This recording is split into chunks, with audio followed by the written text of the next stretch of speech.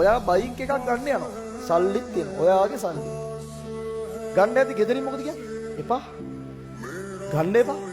අයියා කෙනෙක් එහෙම ඉන්නවා. කීරවත් ගන්න දෙන්නේ. එපාම කියන පිස්සුද? ඌත් සමාන බයික් එකක් පදිනවා. අයියත් බයික් එකක් තමයි පදින්නේ. මල්ලි ගන්න දෙන්නේ නැහැ. පිස්සුද? එපා.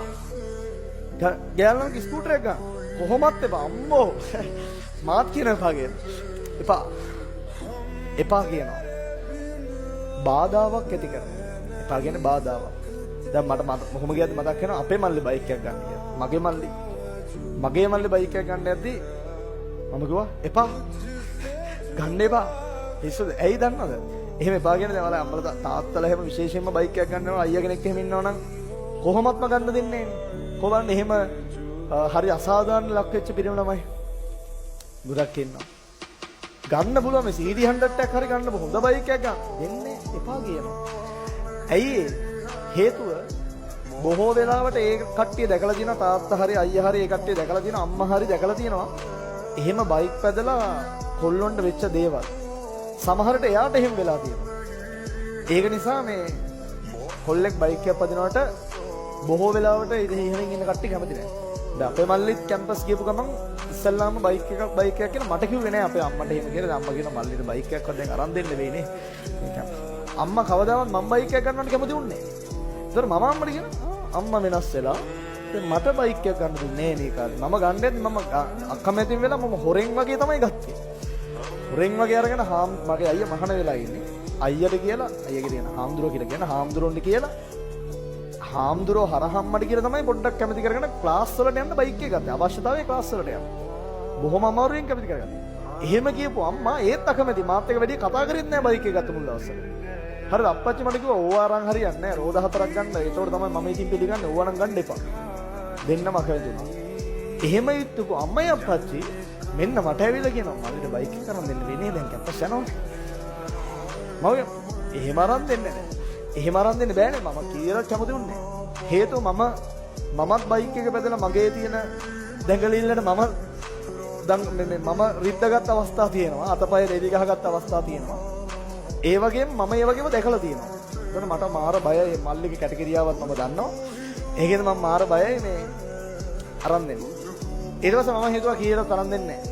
ඊට පස්සේ මට මතකයි මම පන්සලේ ගියා හාමුදුරුවෝ බලන්න. ඒතර අපේ හාමුදුරුවෝමයි මම පන්සලට ගියේ රෑ 12යි ගාන.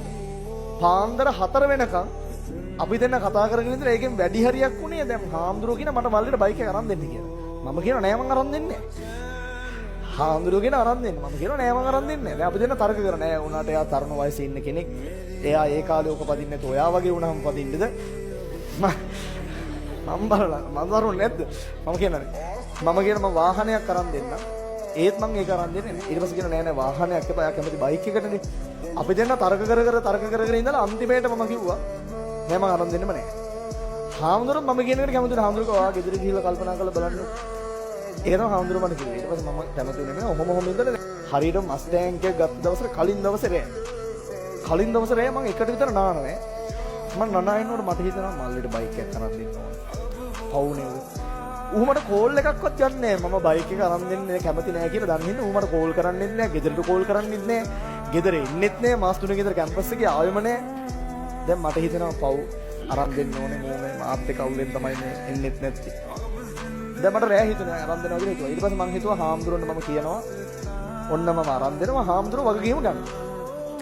පහවදා උදේ ඊට පස්සේ මම උදේින් ගියා අමෘතසරත් දාගෙන ගිහිල්ලා කොනට් එකක් අරගෙන ඇවිල්ලා එදාම යවුවා මේ කොල්ලෙක් අතේ කැම්පස් එකට. ඊපස්සේ මූට ගිහිල්ලා දුන්නාට පස්සේ මූ දැන් හෙන්න පුදුම වෙලා අම්මට සිරි මූ එදා ඉඳලා දැන් හැම සතියෙම වගේ ගෙදර එනවා. හරි ගෙදර එනවා. දැන් ඉස්සර කෝල් ගන්නෙම නෑනේ මට. දැන් සතිය විතර දැන් මං ආන්සර් කරන්නේ කෝල් එක ගන්නවා ඊගව සතියේත් ආයෙ ගන්නවා. මං ආන්සර් කරන්නේ නිකන් හරි මිස් කෝල් එකක් දානවා. අම්මට එහෙම හැමදාම ඌ කෝල් කරනවා. අම්මා ඉස්සර අම්මට කෝල් කරේ නෑ. අම්මා ගත්තම ඇයි ගත්තේ? එහෙම සීන් එකේ ඉතින්. පදින්න ඕනේ කාලේ පදින්න ඕනේ තමයි.